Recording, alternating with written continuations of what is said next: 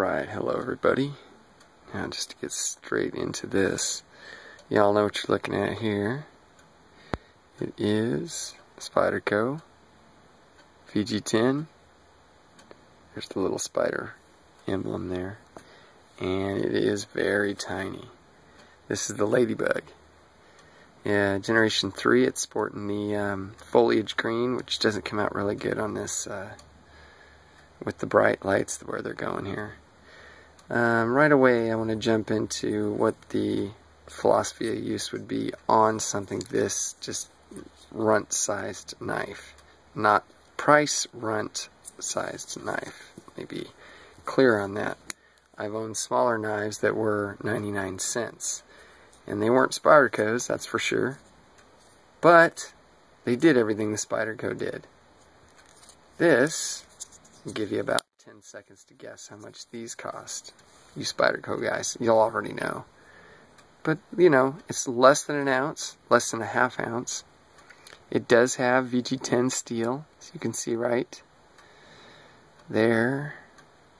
Spyderco VG10, made in Seki City, Japan. From what I can see, the quality is very, very good. There's no steel liners.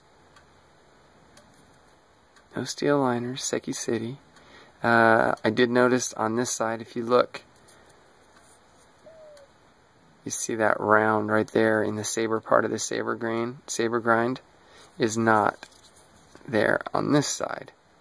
This is a thicker piece of stock. You can tell looking head on at it that the grind on this side was a lot better than the one on this side. You can even see how this little bit here was encroached on by the blade because of the angle here of the bevel. If that makes sense. This should be a perfect straight line, but like it is on the other side. But this this hole, this deployment hole here, digs into it. Now keep that in your mind, and then I'll flip it. And it's not there on this one. It's just above the blade grind. See? Encroaches, or wait, doesn't, does. Encroaches, does not encroach at all. It says it's VG10 steel, which I hope it is. It's pretty sharp. I did a little bit of cutting with it. The jimping on it's excellent.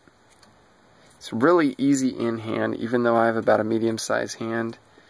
I'm only getting my front three fingers on that. And yet that's fine. Very fine. Good backup tool. So I guess philosophy of use. Backup tool, definitely. Everyday carry, keychain, knife, letter opener.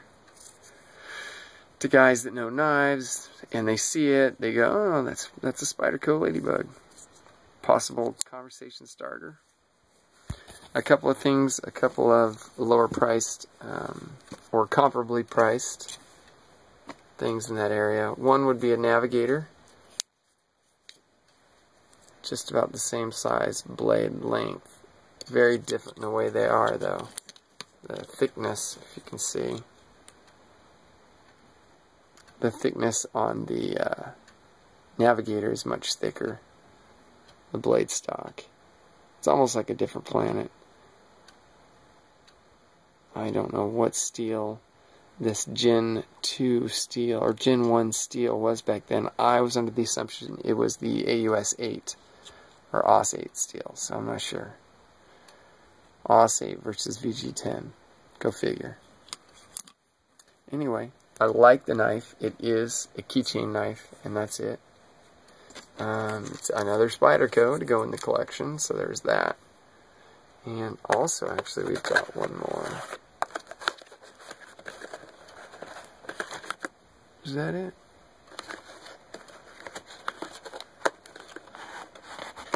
Is it? No, that's not even it. It's the bottom one. Yep, there it is.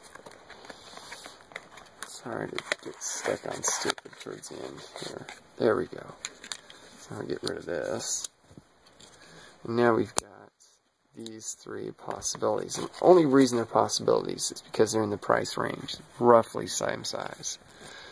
He's going to be He's going to be the big one here. This is the Robin, the Bird by Spyderco. This one here is the Navigator by Spyderco. Okay, this one here has 8CR13 MOB steel, which seems to be their budget steel right now, but it's still really good. Soft enough that you can sharpen it up pretty good. But that also means you have to sharpen it more often. This is a little bit harder steel, doesn't want to rust as bad. This is the AUS-8 equivalent, and I like it. Good so far, and polishes up really nice.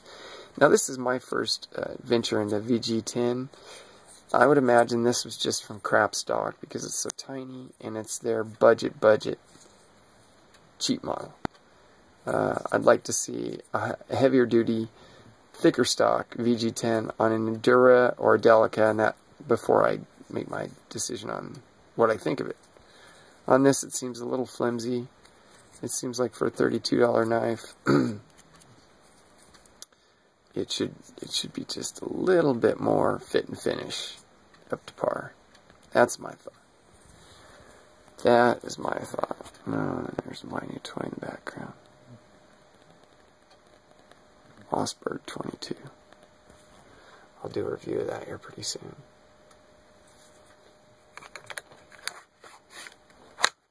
It's got that. It's got the unders. It's got this. I cut myself. The pod. Yep. Got the pod. Got the flash hider on the end. Yeah. That's another one. Another drip gun. Mess with that one soon.